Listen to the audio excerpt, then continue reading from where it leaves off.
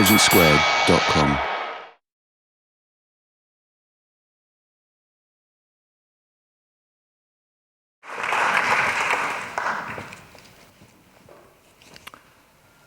So my name is Bernard-Henri Lévy. My English has not improved since the last time, I fear. But since the last time, I happened to live in a strange, unforgettable, maybe unforgivable also, and extraordinary experience. I will not enter in the details of this experience. You had some of them through the newspapers, maybe during the last year. In a few words, the experience was the following. I happened to enter in Libya, to smuggle myself in Libya at the very eve, on the very first days of the uprising against Muammar Gaddafi. I happened to be probably the first foreigner to meet the man who was at this time the secret leader of the insurrection, of the uprising. I happened to connect myself. And I say happen because all this is a series of circumstances, of sort of miracles, which I cannot relate in another way than saying that it happened that. It happened that I connected myself to the president of my country, France, with whom I never spoke since years. And not only we no longer spoke since his election, but we were in really non-speaking terms. It happened that when I asked him genuinely and being completely not only moved but destroyed by all that I saw on my road from the Egyptian border to Benghazi, all the traces of massacres, of bloodbath, of summary executions which I witnessed. When full of that, I asked to the president of my country if he would accept to receive in France the man whom I just met, who was President Abdel. He was not even president because the NTC was not yet constituted. But let's say the future president of the NTC, Mustafa Abdel Jalil. It happened that Nicolas Sarkozy told me, why not? When I told him, why not, what does it mean? Told me, bring them.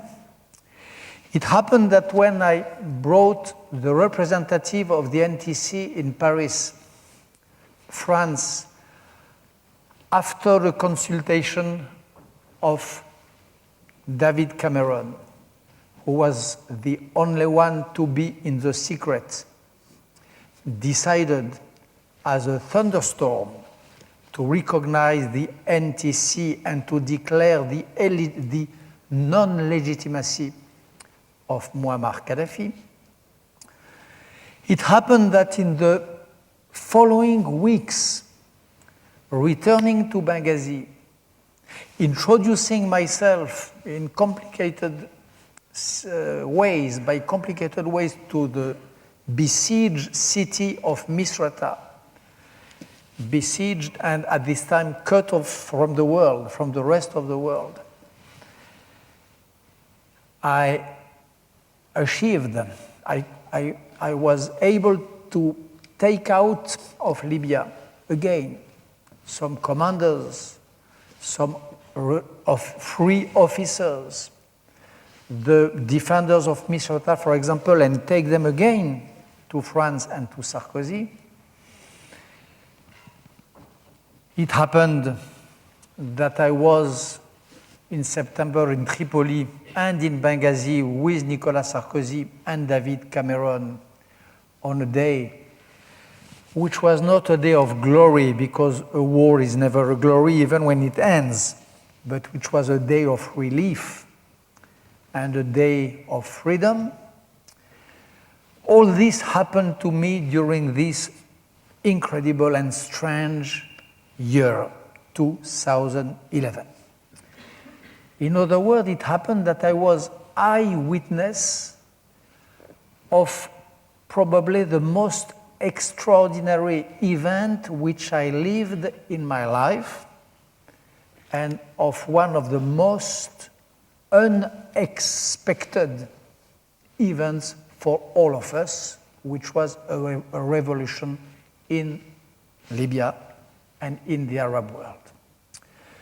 So what I want to do tonight, before listening to, replying to your questions, I would like to tell you in a few remarks what theoretical, philosophical lessons I draw from this moment of our time and of my modest life. I witnessed all that. I followed all that. Sometimes I did a little more than follow. And when I look back, when I try to recollect these months of madness,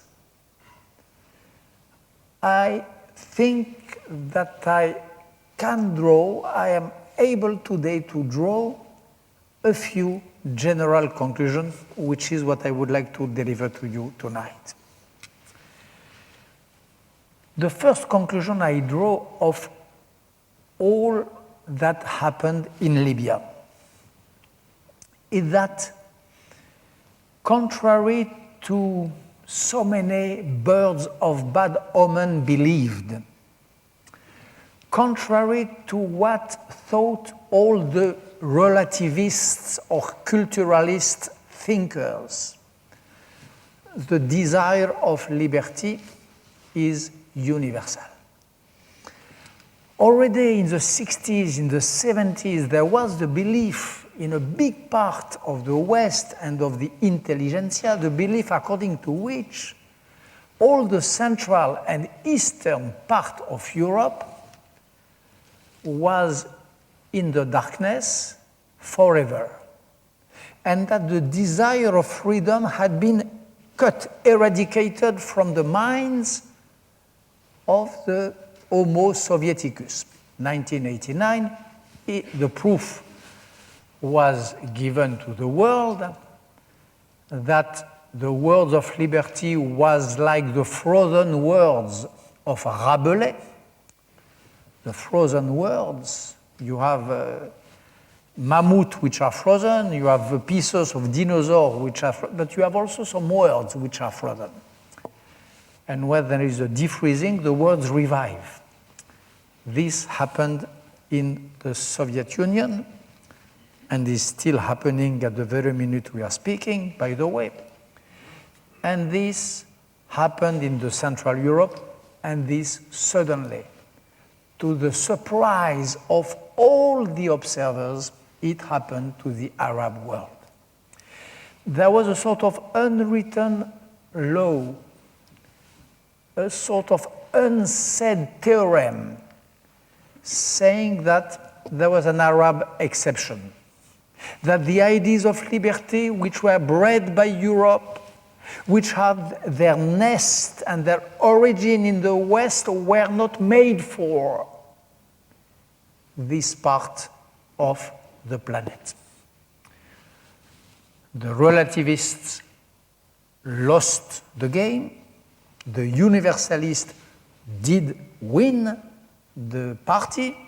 The proof is given that there are some universal values, some universal wishes which have nothing to do with places, times, and circumstances. In the language of French philosophy, it is the victory of Julien Benda against Charles Maurras. It is the victory of those who believe that mankind is one and that there are some wishes and therefore some rights which are valuable wherever. This happened in Libya. And for all the skeptical, for all the birds of bad omen, it was a bad surprise. For me, it was, of course, a great surprise.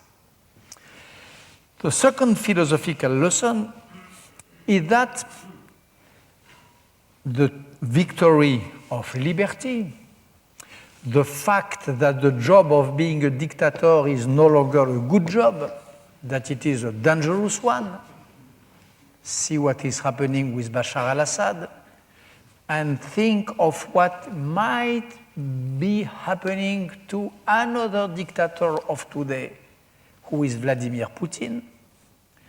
I make a bet today. I think that the dictator of Russia, the man who is personally responsible of killing 1/5 of the population of Chechnya, 200,000 dead in a country which counted 1 million at this time, the man whom we Westerners believed to be shaping a sort of new pattern of society, a new model of capitalism, a new engine for the growth of the world, the man whom we thought able to save the euro, to buy our debts with his Chinese buddy. I name Vladimir Putin, Chinese buddy Hu Jintao. I think that this man will know very hard times in the year which will soon begin. He will know a very hard time. He will have a very hard time. The job of being a dictator is becoming a very hard job. And the Gaddafi model, the lesson of Gaddafi, might be heard and are heard, I'm sure, till Petersburg and Moscow.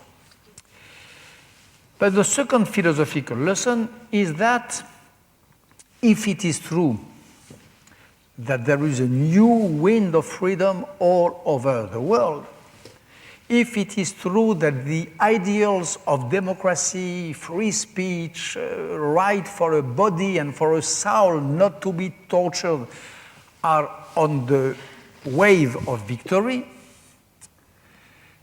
it is not true that this should mean a sort of end of history.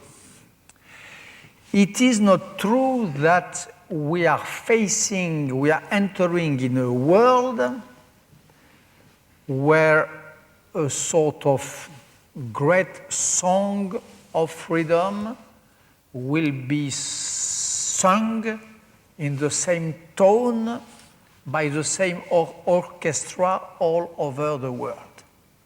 I don't believe in the end of history.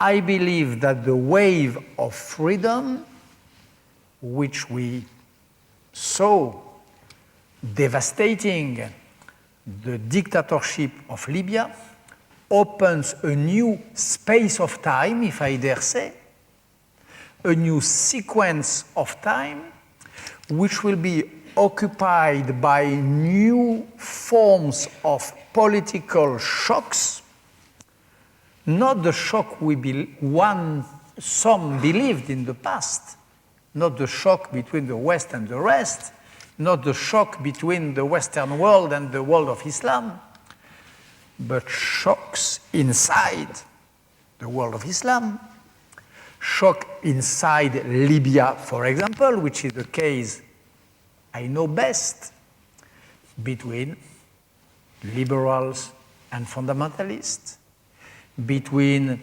secularists and Islamists, between various ways of living the Muslim faith, and so on. There is today a real battle going on, a real political quarrel raging inside Islam, this world of Islam which was frozen by the dictatorships being removed one after the other. And in Syria, it will not last very long now. In the defreezing of that, you have real clashes which are taking place and the end of which one cannot predict. So, second philosophical lesson, the entry in the world not of the non-history, as Fukuyama, Alexandre Kojève, or Hegel said, but of real history. The return of history in this part of the world which was supposed to be as a corpse, as a cadaver, which was supposed to be a sort of frozen body. The third lesson of this Libyan affair for me is the following. I think that there is in our countries, in the West, in Europe, and especially in America, in UK, and in France, one debate which prevails on my point of view on the others, which is much more important than being leftist or rightist, for example, which has still a meaning, but which is maybe more important than right and left, conservative or liberal, and so on, which is the debate between what we call in France, I don't know what would be the equivalent in English, the souverainisme, and en français, in French, le souverainisme et l'ingérence.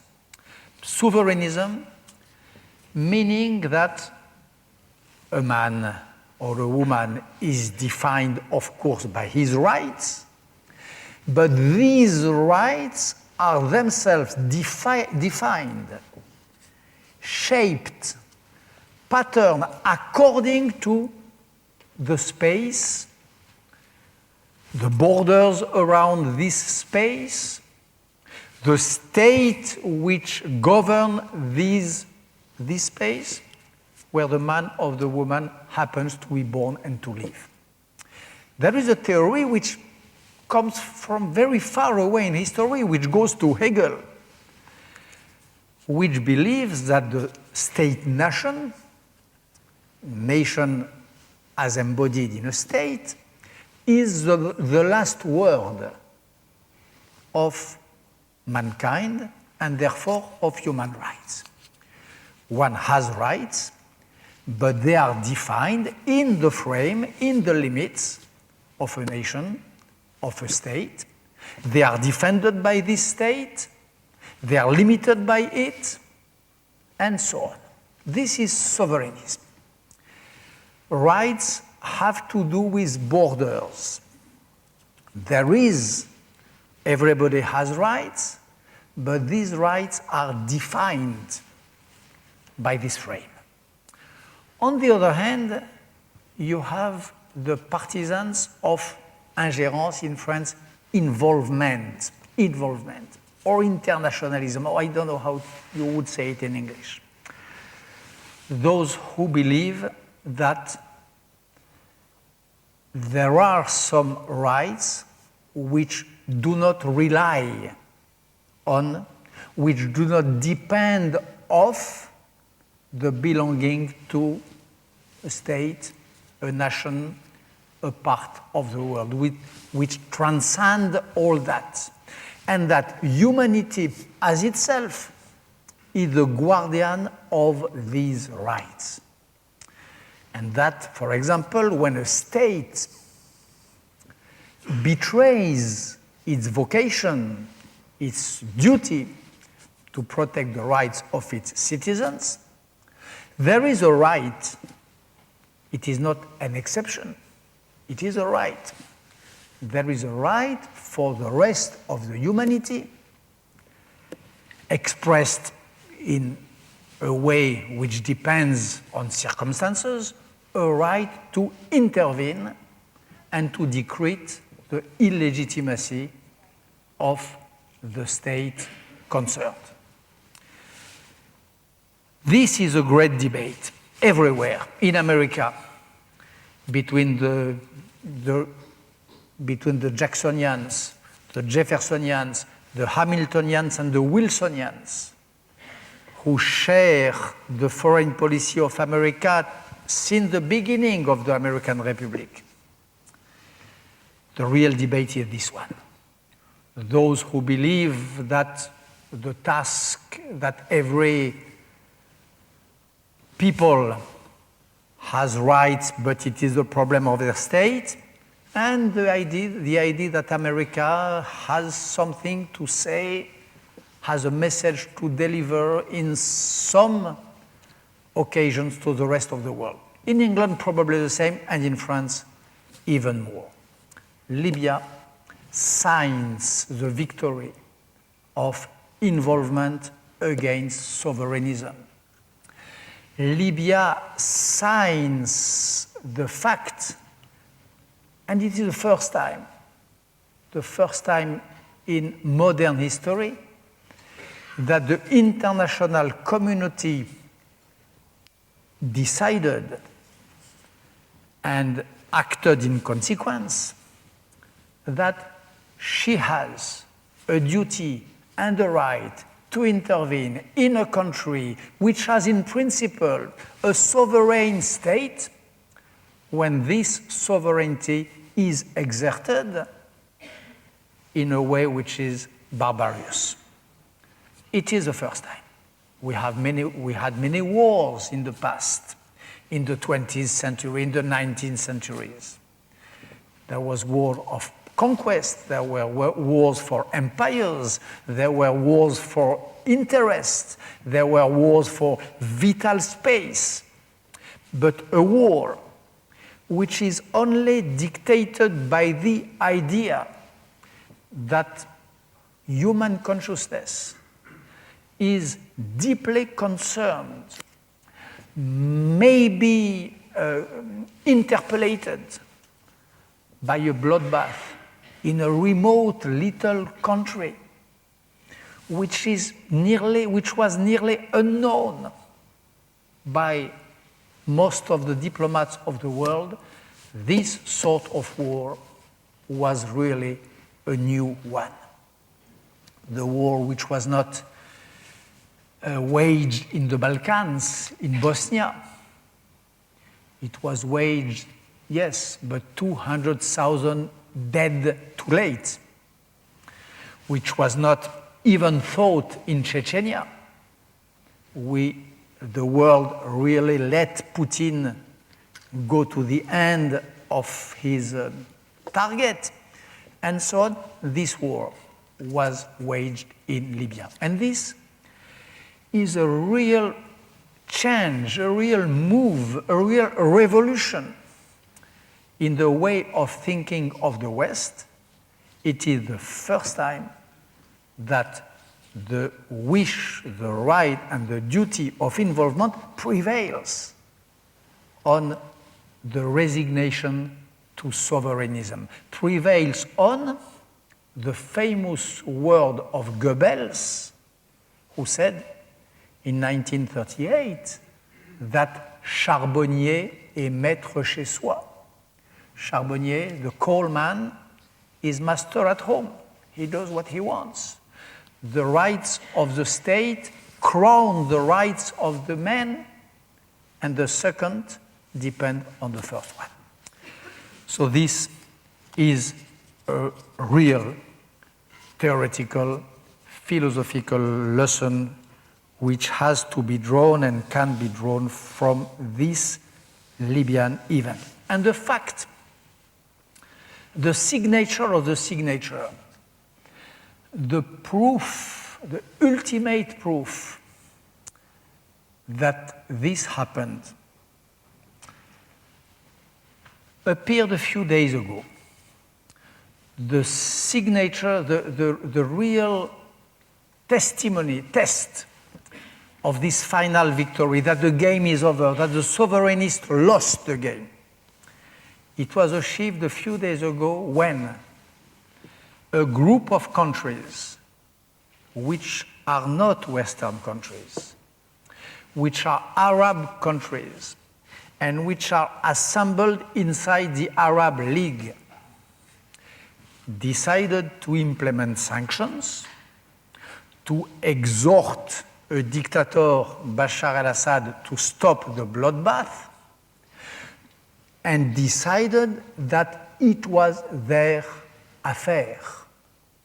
This day, the duty of involvement, the right of ingérence, stopped to be a Western idea built by a few neo-colonialist intellectuals, as it was said. It stopped to be a disguised imperialist idea since it was endorsed by the Arab League. And this date, this moment when the Arab League implemented sanctions on Bashar al-Assad was the real victory of what a few intellectuals in Europe, people like Bernard Kouchner in the 70s, and others in England, in France, including myself, what we dreamt during so many years, what we saw fail so many times, prevailed and won in Libya. Libya was a victory of freedom of the Libyan people, first of all, of course. Libya was the victory of bodies promised to carnage, to massacre, to the rivers of blood, promised that by Gaddafi and his son, but it was also the victory of an idea. Sometimes ideas go on horseback under your window and you recognize them. This idea of this humanitarian involvement, of this right of international community to implement it, was embodied and prevailed. And this is a real revolution.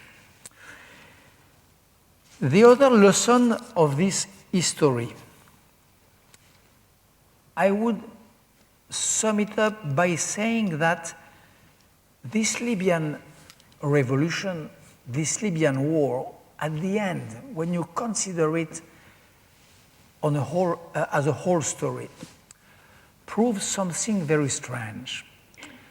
That not a few men, but a few desires, a few wishes, desire, can really change the face of the world. Because when I remember these months of night, of darkness, with sometimes some sparks of light here and there, when I remember the United Nations Council, like for Syria today, with countries shameless, defending the dictator, China, Russia, maybe already Brazil, I don't know, Germany, very neutral. The Security Council, the United Nations, believed from the bottom of their being that Gaddafi was all right, that he kept the machinery and the country quiet, and that he had to do the job he thought he had to do. The public opinions in Europe and in France, for example, did not understand why this war was waged. And when it was understood, very often, the public opinion was against. The crisis was so deep, unemployment growing, this war did cost so much. What do we have to do in these remote deserts of Libya? I think it was the same in England, and I know it was the same in America, and it is one of the reasons why Obama chose this strange form of leadership by behind. This war was not popular at all. The diplomats, the big diplomatic bureaucracies of the main countries involved did not want, it was not in their habit, it was not their way of thinking. There is a diplomatic way of viewing the world, which consists in saying things are not so bad, things are improving, and things will turn well at the end. This is a diplomatic way of thinking. It was the way in which Libya was seen. So the diplomats were against. The public opinion was against. The Arab countries were against. I remember my surprise when I went out of Libya in some of my trips there. I went through Egypt. I met some Egyptian leaders, responsible statesmen. They had the most powerful army of the area, financed by huge amounts of American money, billions of dollars every year. They were close. They controlled the border. They could, in 1 minute, get rid of the army of mercenaries of Gaddafi. They could, in 1 minute, give support and secure their so-called Libyan brothers. They did not do.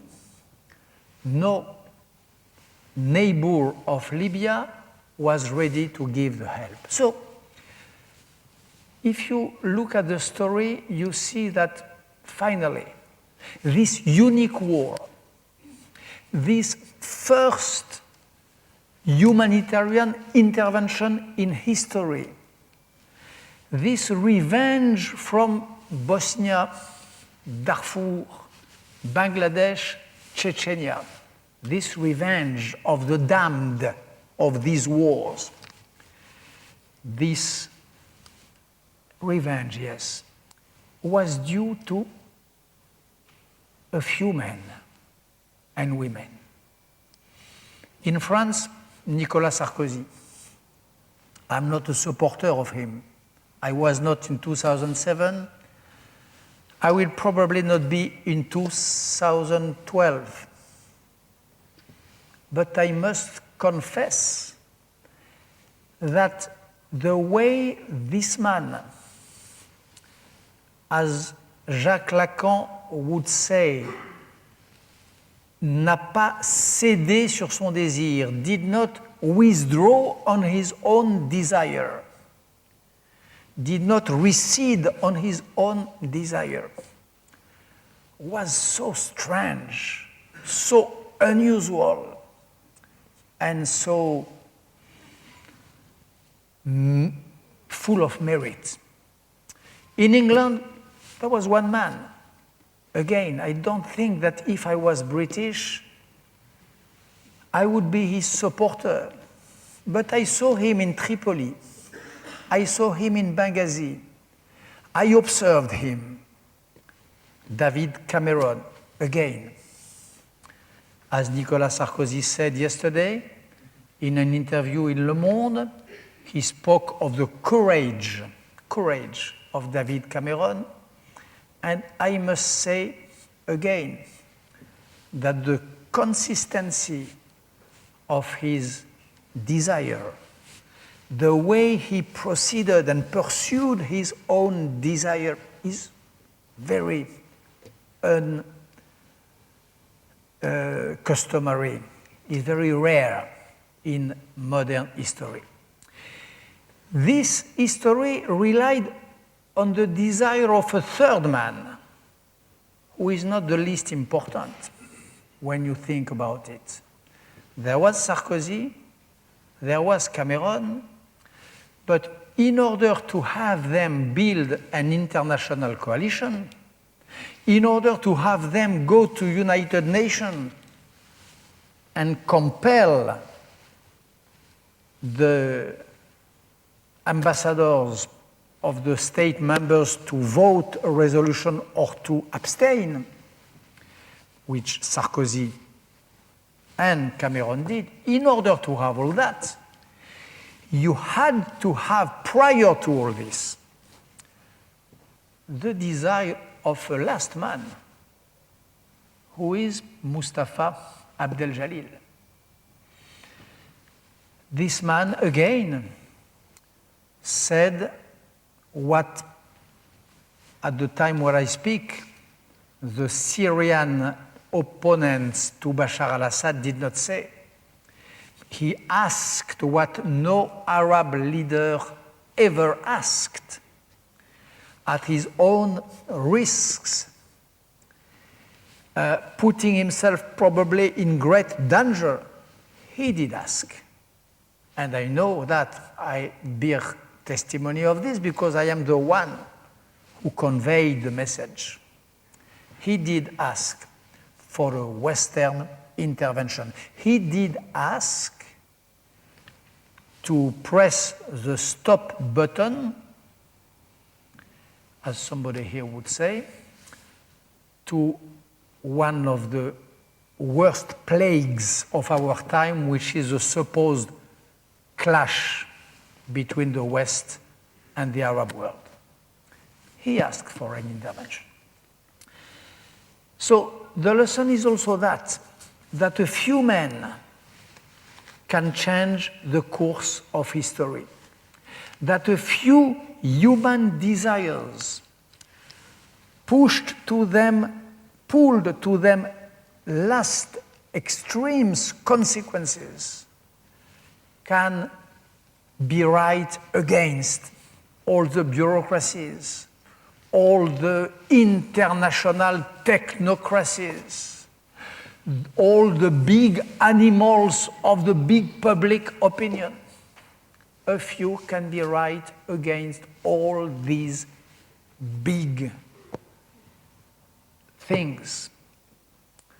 And this again is a philosophical lesson, and this again is a lesson of hope for those who, like me, were accustomed to the reverse, were accustomed to see the desires of the women and men of goodwill to break themselves on the rock of the machine, of the thing with a big T, the big T of the big thing. For the first time, it was the contrary. And for me, it was such a moment, such a surprise, and such a joy.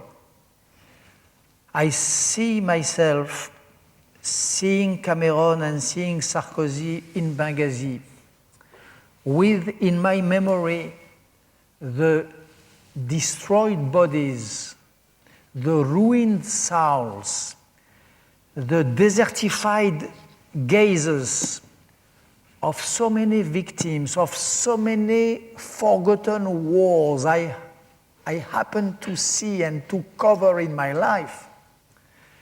They were like little ghosts with very sad smiles,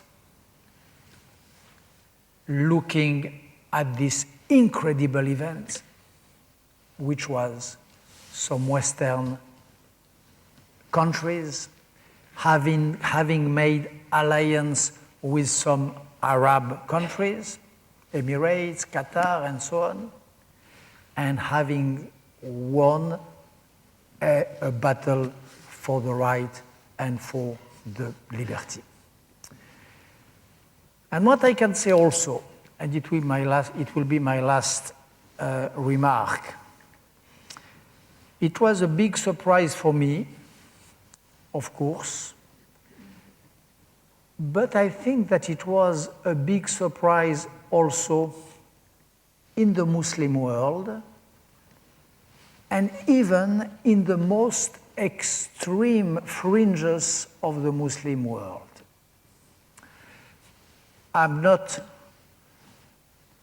the friend, I have really no friendly feelings toward the extremists of Islam. You know that, and for me, I did not change one iota of my thoughts since the last time I came to speak here, since my investigation on Daniel Pearl, and so on. And I really believe that those who use Islam as a tool to implement or to cover or to justify humiliation, inequality between men and women, or crime, are double criminals against the women and men whom they offend, and against the faith which they offend too. But what I saw in Libya, I met some of these people. I met probably the most radical Islamists of Libya, which are now in this ideological battle I told you before, trying to increase their weight, maybe defeated, we'll see. I met them.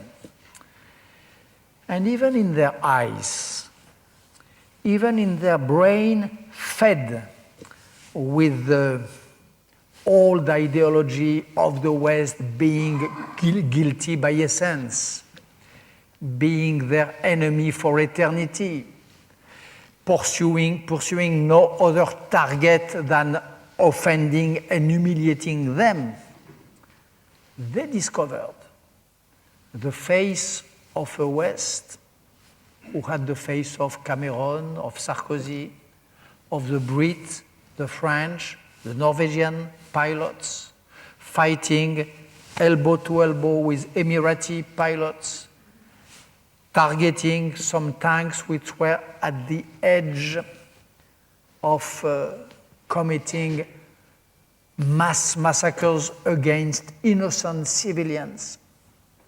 And suddenly, I saw that for them too it was a huge surprise. The image of the Westerner being metaphysically their enemy, being by essence and substance, aiming at the defeat and the humiliation of Islam, suddenly did not disappear, but was seriously weakened.